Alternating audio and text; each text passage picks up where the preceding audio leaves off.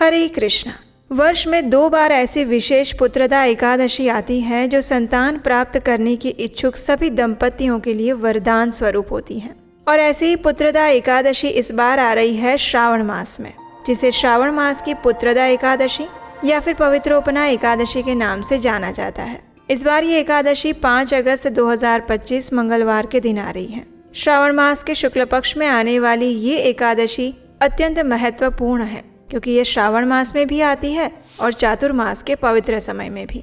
तो अगर आप इसके विषय में विस्तार से जानना चाहते हैं तो चलिए आज का वीडियो आरंभ करते हैं और जानते हैं कि इस बार आने वाली पुत्रदा या पवित्रोपना एकादशी कौन से दिन है, इस दिन के शुभ मुहूर्त कौन से हैं, अगले दिन पारण करने का समय क्या है, और अगर अगले दिन भी आपका व्रत है तो आप इस एकादशी व्रत का पारण कैसे कर सकते हैं।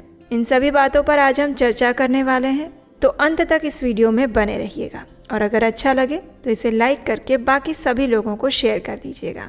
आइए आज का पुत्रदा एकादशी कब है विशेष वीडियो आरंभ करते हैं। इस बार श्रावण मास के शुक्ल पक्ष की एकादशी, जिसे श्रावण पुत्रदा एकादशी कहते हैं, वो आ रही है 5 अगस्त 2025 मंगलवार के दिन। एकादशी तिथि का आरंभ हो जाएगा 4 अगस्त 2025 सोमवार के दिन दोपहर में 11:41 से, और ये एकादशी तिथि पूर्ण होगी 5 अगस्त 2025 मंगलवार के दिन दोपहर 1:12 पर।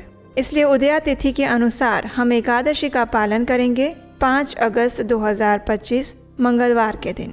और इस बार की एकादशी में दोपहर तक एकादशी तिथि विद्यमान है और उसके बाद द्वादशी तिथि आरंभ हो जाएगी। एकादशी के दिन प्रातः ब्रह्म मुहूर्त का समय रहेगा सुबह 4:20 से लेकर 5:02 के बीच में, और सूर्योदय होगा सुबह 5:45 पर। शाम को सूर्यास्त का समय रहेगा शाम 7:09 पर।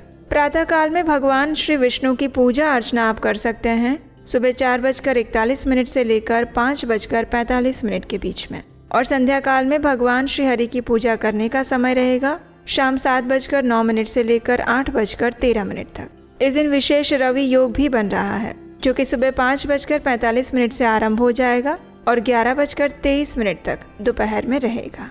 इस दिन अभिजीत मुहूर्त का समय है दोपहर 12 बजे से लेकर 12:54 तक, और विजय मुहूर्त का समय है दोपहर 2:41 से लेकर 3:35 के बीच में। इस दिन राहु काल उसके बाद शुरू होगा, और वो समय है 3:48 से लेकर 5:29 के बीच में। ध्यान रहे इस समय के बीच में आप कोई भी शुभ कार्य ना करें। इस एकादशी व्रत का पारण हम करेंगे अगले दिन, यानी कि 6 अगस्त 2025 बुधवार के दिन, और पारण करने का समय रहेगा सुबह 5:47 से लेकर 10:17 के बीच में। इस बार आने वाली एकादशी महत्वपूर्ण इसलिए भी है क्योंकि ये श्रावण मास की दूसरी एकादशी है और चातुर्मास के अत्यंत पवित्र समय में आती है। इस समय में किया गया कोई भी धार्मिक कार्य, जप, तप और दान उस व्यक्ति को अनेक गुना अधिक फल प्रदान करता है। जो भी व्यक्ति निष्ठापूर्वक इस एकादशी व्रत का पालन करना चाहता है, उसे चाहिए कि वो एकादशी के दिन प्रातः ब्रह्म मुहूर्त में उठ जाए, स्नान इत्यादि से स्वच्छ होकर भगवान श्री कृष्ण की मंगला आरती करें अथवा उसका दर्शन करें। उसके बाद तुलसी देवी की सेवा करें और उनके सामने बैठकर अधिक से अधिक मात्रा में हरे कृष्ण महामंत्र का जप करें। और ये महामंत्र है हरे कृष्ण कृष्ण कृष्ण हरे हरे, हरे राम राम राम हरे हरे। इस महामंत्र की कम से कम 8, 16 या 25 माला का जप अवश्य करना चाहिए। इस दिन हम उपवास का पालन करते हैं, यानी किसी भी प्रकार का अन्न जैसे कि गेहूँ, दाल, चावल, फलियाँ, ये सब नहीं खाते हैं। अगर किसी को आवश्यकता लगती है तो इस उपवास में वे फलाहार कर सकते हैं। दूध, फल, फलों का रस, कंदमूल, ड्राई फ्रूट्स, ये सब चीज़ें ले सकते हैं, और एकादशी प्रसाद भी लिया जा सकता है। लेकिन प्रयास करके एकादशी के दिन अधिक से अधिक अपनी चेतना को आध्यात्मिक रखा जाता है, और उसके लिए हम अधिक से अधिक हरे कृष्ण महामंत्र का जप करते हैं, भगवत गीता या श्रीमद् भागवतम का पठन करते हैं, और ज़्यादा से ज़्यादा भगवान की कथाओं का श्रवण करते हैं। ऐसी कथाएं जो प्रमाणभूत गुरु परंपरा के माध्यम से एक प्रामाणिक गुरु के मुख से सुनी गई हो। और फिर अगले दिन एकादशी व्रत का निर्धारित समय के अंदर पारण करना चाहिए। पारण करने से पहले भगवान से प्रार्थना करनी चाहिए। अगर संभव है तो किसी ब्राह्मण या वैष्णव को भोजन कराना चाहिए और अपनी क्षमता अनुसार दान देना चाहिए। अगर भोजन नहीं करा सकते तो कम से कम दान अवश्य देना चाहिए। इस व्रत की महिमा का गान करना असंभव है। ये एक ऐसा व्रत है जिसके नियम पूर्वक पालन करने से बाकी सभी व्रतों और उपवासों का फल अपने आप मिल जाता है। इस बार आने वाली यह विशेष एकादशी के दिन से ही राधा और कृष्ण के झूलन यात्रा का भी आरंभ हो जाएगा। अगर आपके आसपास में कोई इस्कॉन मंदिर या ऐसा कोई मंदिर है जहाँ पर झूलन यात्रा होती है, तो इसी एकादशी से इस झूलन यात्रा का आरंभ होने वाला है। तो आप वहाँ जाकर भगवान के सुंदर विग्रहों का दर्शन कर सकते हैं, उन्हें झूला झुला सकते हैं और अगर संभव है तो वहाँ पर कुछ भी सेवा कर सकते हैं, चाहे वो आर्थिक रूप से हो या फिर जाकर शारीरिक रूप से की गई सेवा। झूलन यात्रा 5 दिन तक चलती है और ये पूर्णिमा के दिन समाप्त होती है। और ये पूर्णिमा यानी बलराम पूर्णिमा, जिसे रक्षाबंधन भी कहते हैं, और वो बलराम जी का आविर्भाव दिवस भी है।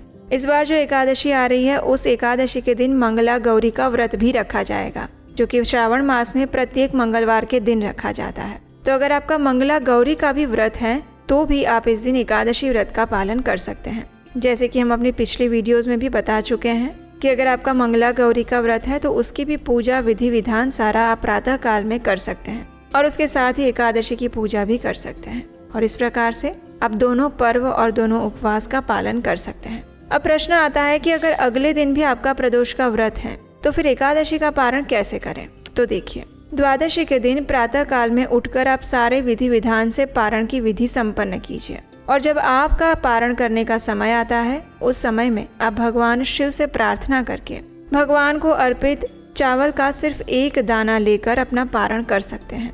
ऐसा करने से आपका एकादशी व्रत का पारण भी हो जाएगा और आपका प्रदोष व्रत भी नहीं भंग होगा। तो इस प्रकार से आप एकादशी व्रत का पूरा पालन करने के बाद अगले दिन उसका पारण भी करें और अगर उस दिन आप प्रदोष का व्रत रख रहे हैं तो उस प्रदोष व्रत का भी पालन कर सकते हैं। चलिए अब बात करते हैं एक गुड न्यूज़ की। आखिर 3 साल बाद फिर एक बार हम आपके लिए वही विशेष आत्मसात कोर्स लेकर आ रहे हैं। हमारी लाइफ की प्रैक्टिकल प्रॉब्लम्स का रियलिस्टिक सॉल्यूशंस भगवत गीता से कैसे मिल सकता है, यही चीज़ हम सीखेंगे 18 सत्रीय इस आत्मसात कोर्स के अंदर।